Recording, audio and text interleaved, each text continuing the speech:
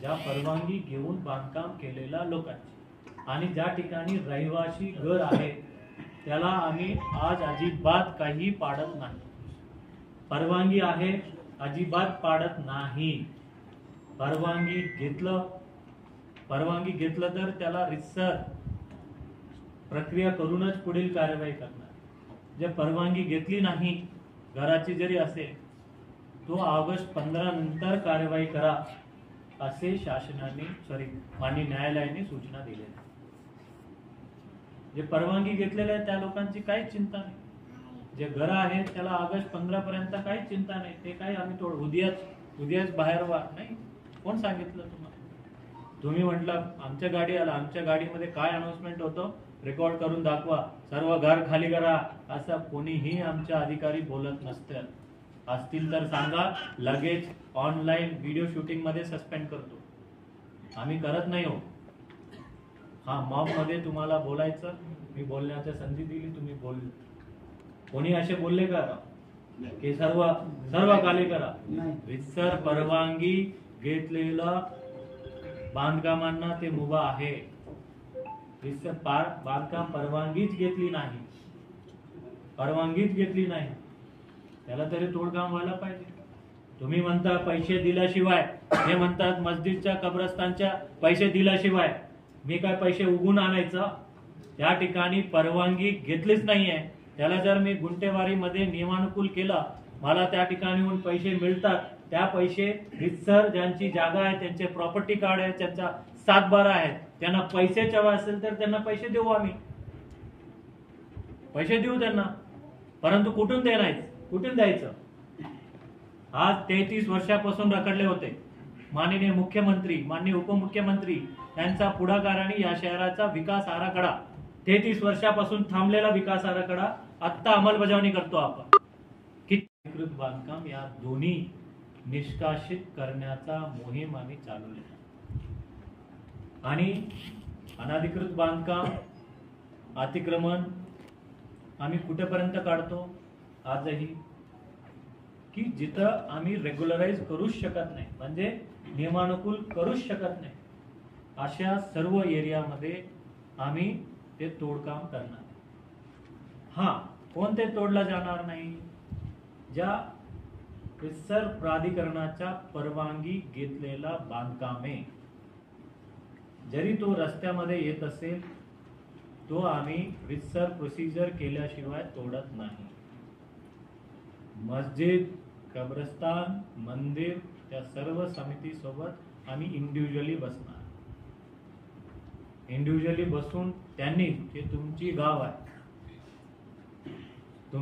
आहे, जे कित्येक, तुम्ही युनुसभाई सांगितलं, कित्येक वर्षापूर्वी या गोष्टी व्हायला पाहिजे.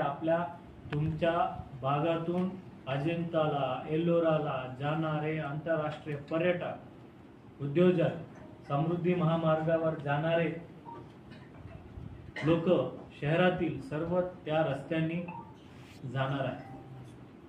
आणि तो रस्ता मोठा झाला पाहिजे, बिलकुल झाला पाहिजे. तो कसा झाला पाहिजे हे तुम्हीच सांगितले. आता मोबदला, या गोष्टी, परंतु रितसर परवानगी घेऊनच बांधकाम करणे.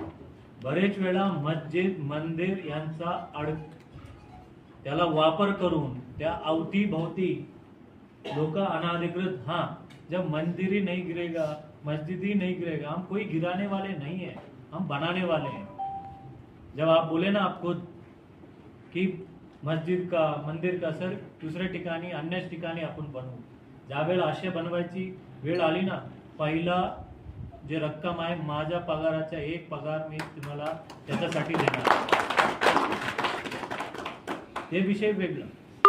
आज चालावा म्हणून त्या कालावधीमध्ये दानशूर व्यक्तिमत्वांनी त्या देवस्थानाला किंवा मस्जिदच्या नावाने जमीन दान केलं. परंतु दुर्दैवाने काही लोकांनी त्याला काबीज करून त्याचा स्वतःची मालमत्ता सारखा वागून दोन्ही धार्मिक स्थळांची ते दिले, म्हणजे काय म्हणतात, वाट लावली, विकली.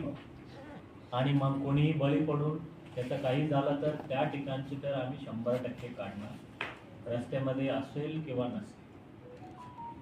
जे रस्त्यामध्ये नसेल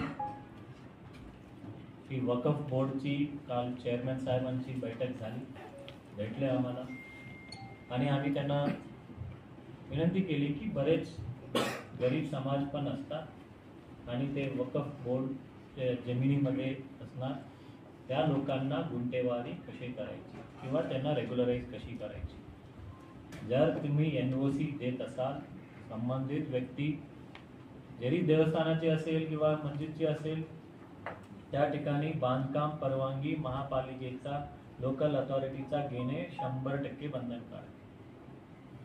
तो ते तरी आहे अतिक्रमण। दुसरा, अनाधिकृत बांधकाम। अनाधिकृत बांधकाम म्हणजे काय? प्रॉपर्टी कार्ड तुमची, 7/12 तुमची, परंतु तुम्ही परवानगी घेतलीच नाही ना ग्रामपंचायतीचा।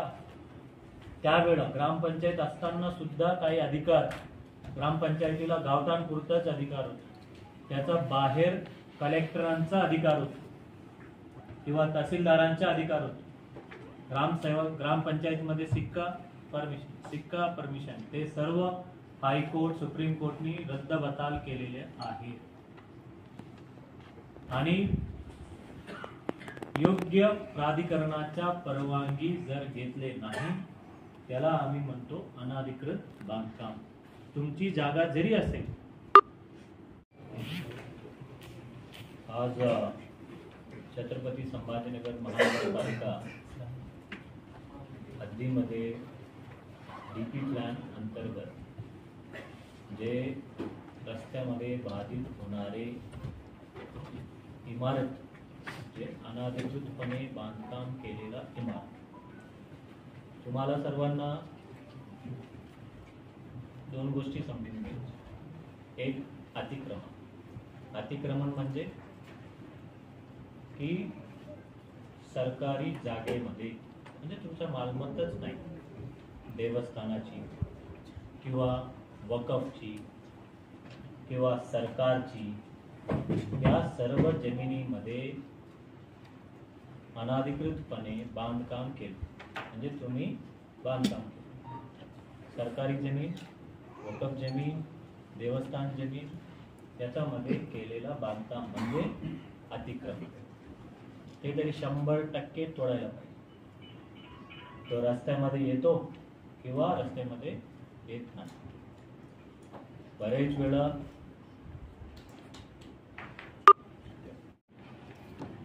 प्लॉट नहीं ले सके आज तक, तो ऐसे बहुत से मसले हैं सर। तो आपके पास हमारी ये रिक्वेस्ट है कि हाथ जोड़ के विनंती है कि हमारे दुख में आप भी शामिल रहें, ये हमारी विनंती है सर।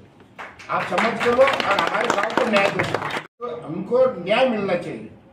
क्या ऐसा नहीं है कि हाईकोर्ट ने ऑर्डर दे दिया और हमारे आज बाल बच्चे कहाँ रोड पे लेके जाएंगे। आज ये जो अवतारी साहब ने जो बात करे, हकीकत ये है कि उसमें रहते हैं और उसमें उनके बाल बच्चे ये करते। नीचे होटल है, ऊपर वो रहने को है। हमारे वो बड़ौदे साहब का उतना ही घर है जो पहले सर कि लोग बहुत परेशान हैं और अभी तक 100 फीट का जो ले लिए थे, अब उनको पहले जब 100 फीट का करे G20 के टाइम में उनको सबको पेमेंट दिया गया है, उनको टाइम दिया गया, लेकिन अब जो है एकदम ऐसी दहशत के जैसा लोग रात में डर गए सर। कल अनाउंसिंग करके जो 4 बजे गाड़ी फिरी साउंगी से लेके हरसुल तक, तो लोग सो नहीं पा रहे थे रात में, सब रोड पे थे पूरे। हमने PI मैडम का फोन आया कि भाई क्या है, कुछ गड़बड़ होने वाली है। हम बोले भाई देखो हम ये जो है कमिश्नर साहब के निर्णय के साथ है।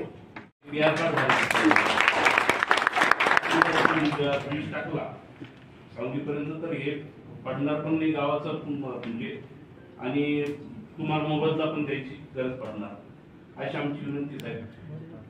पूर्ण संपूर्ण गावाचं म्हणजे असं एकही अतिक्रमित नाही गावामध्ये, मोबदला द्यायची गरज पडणार। 1839 से हमारा परिवार जो है हरसुल गांव में जो है तो वहाँ पे रहता है।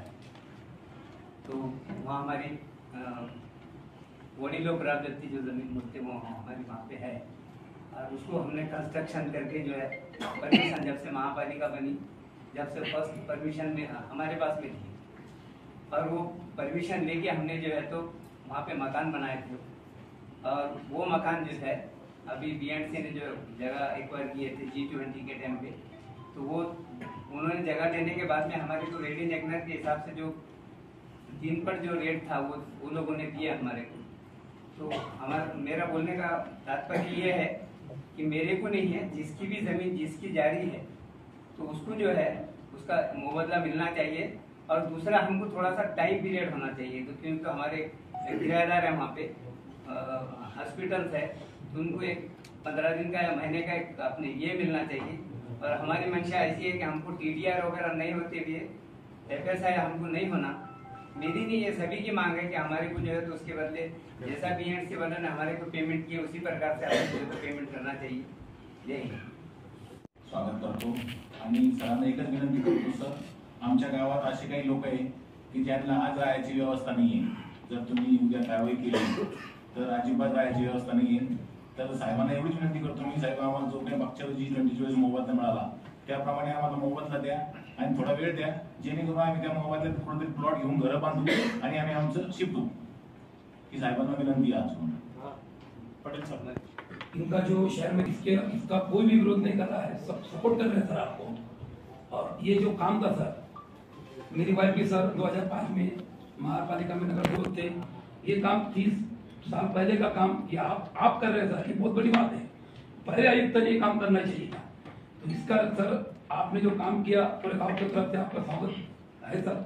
लेकिन सर सबसे मेन मुद्दा है सर, हरसुल गाँव में सबसे पहले बजरंग बली का मंदिर है सर।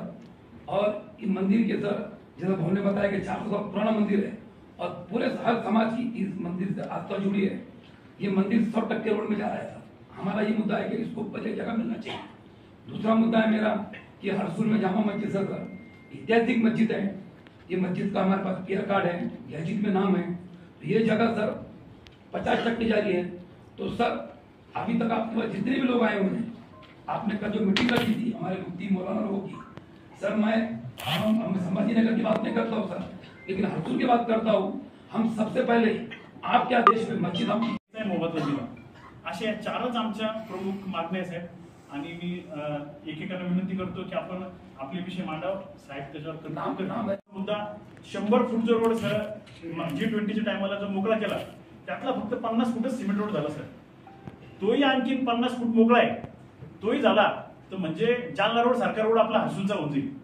म्हणजे फक्त 35 आणि 25 म्हणजे 55 फूटच रोड झालेला आहे. तो म्हणजे 45 फूट आणखी कॉन्क्रीट करू शकतो आपण उर्वरित जागेमध्ये.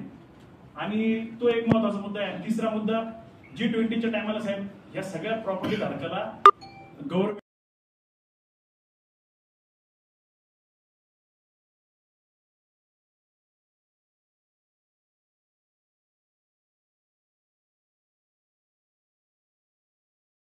आदर करून आपण योग्य तो गावकऱ्याला न्याय द्यावा. कारण की गावामध्ये सर आदर करून आपण योग्य तो गावकऱ्याला न्याय द्यावा. कारण की गावामध्ये सर तो आज पूर्णपणे 100 फुटावर करून आणि लोकांना त्यावेळेस त्याचा मोबदला मिळाला. आता सर लोकांमध्ये खऱ्या अर्थाने प्रश्न निर्माण झालेला आहे की शहरामध्ये अतिक्रमण पाडताय. अतिक्रमण पाडण्यासाठी सर आपलं सर्वांच्या वतीने मी अभिनंदन करतो. सर्वांनी टाळ्या वाजवून की आपण जो निर्णय घेतला हा मला मान्य आहे, पण अतिक्रमण अनधिकृत पाडू नये ही आमची मुळीच भावना नाही. हे सगळे जे लोक आलेले आहे सर, हे लोकांचं म्हणणं एकच आहे की आम्ही सगळे पीआर कार्ड धारक आहे आणि 50-60 वर्षापासून यांच्याकडे बांधकाम परवानग्या सुद्धा आहे, कंप्लेशन सुद्धा आहे. महानगरपालिकेची परवानगी कंप्लेशन सुद्धा बऱ्याच लोकांकडे आहे. आणि त्यामुळे लोकांना अशी भीती निर्माण झाली की आता उद्या गाडी येणार आणि सर सगळंच पुरं पाडणार का. आणि त्यामुळे माझी करा आणि ही गाडी फिरल्यानंतर गावामध्ये एक भयभीत वातावरण निर्माण झालं. आणि माननीय आयुक्त साहेबांशी मी संवाद केला आणि साहेबांनी तात्काळ कोणत्याही गोष्टीचा विलंब न करता की गाव आहे, गावामध्ये गाव पण आहे आणि खऱ्या अर्थाने साहेबांचं कार्य, साहेबांचं या शहरामध्ये असलेलं मागच्या 2 वर्षापासून आपण जर आलेख बघितला तर एक शहराला एक उंच लेवलला आणि खऱ्या अर्थाने एक संभाजीनगर शहर हे महाराष्ट्राच्या धर्तीवर एक चांगलं शहर निर्माण व्हावं या उद्देशाने साहेबांनी खरोखरच आपल्या शहरात प्रयत्न सुरू झालेले आहेत. खरं तर सर हे हडसूल आमचं गाव आहे आणि या गावामध्ये मागच्या G20च्या वेळेस हडसूल गावाचं रुंदीकरण व्हावं आणि G20च्या वेळेस आपले सगळे परदेशी पाहुणे आपल्या गावात ट्रॅफिकमध्ये अडू नये त्यावेळेस गावांनी 24 तासाचाही वेळ घेतला आणि 24 तासात